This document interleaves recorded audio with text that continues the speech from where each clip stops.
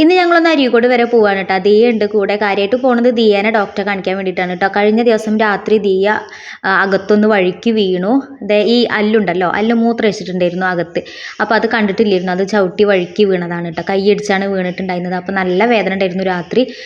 കയ്യിന് നല്ല തരിപ്പും ഉണ്ടായിരുന്നു കേട്ടോ. അപ്പോൾ എല്ലിന് പൊട്ടൊന്നുമില്ല, വീക്കൊന്നും ഇല്ലായിരുന്നു. പക്ഷെ എന്നാലും എന്തെങ്കിലും ചതവോ കാര്യങ്ങളോ ഉണ്ടോ എന്ന് അറിയാൻ വേണ്ടിയിട്ട് നമ്മൾ ഡോക്ടറെ കാണിക്കാൻ വേണ്ടിയിട്ട് പോവാണ്. അങ്ങനെ ഞങ്ങൾ ഹോസ്പിറ്റലിൽ എത്തി. മദറിലാണ് കേട്ടോ കാണിക്കാൻ പോയിട്ടുണ്ടായിരുന്നത്. അപ്പോൾ അവിടെ സെക്യൂരിറ്റി ആയിട്ട് കുട്ടാറിൻ്റെ വല്യമ്മേൻ്റെ മരുവനൊക്കെ കണ്ടു കേട്ടോ. അവർ ഒരാഴ്ചയായിട്ടുള്ള അവിടെ കയറിയിട്ട് എന്നൊക്കെ പറഞ്ഞ് സംസാരിച്ചു.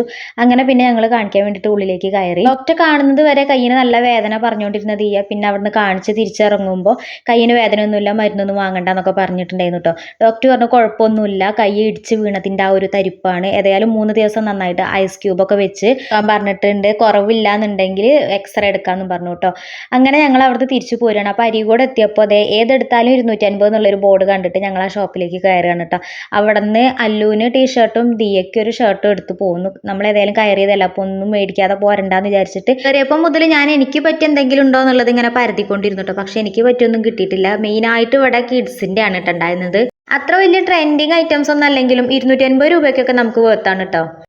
പിന്നെ പോകുന്നത് ഏതായാലും അല്ലുവിന് മുതലായിട്ടുണ്ട്. കുറച്ച് സമയം അവിടെ ഇരുന്ന് കളിക്കാൻ പറ്റി.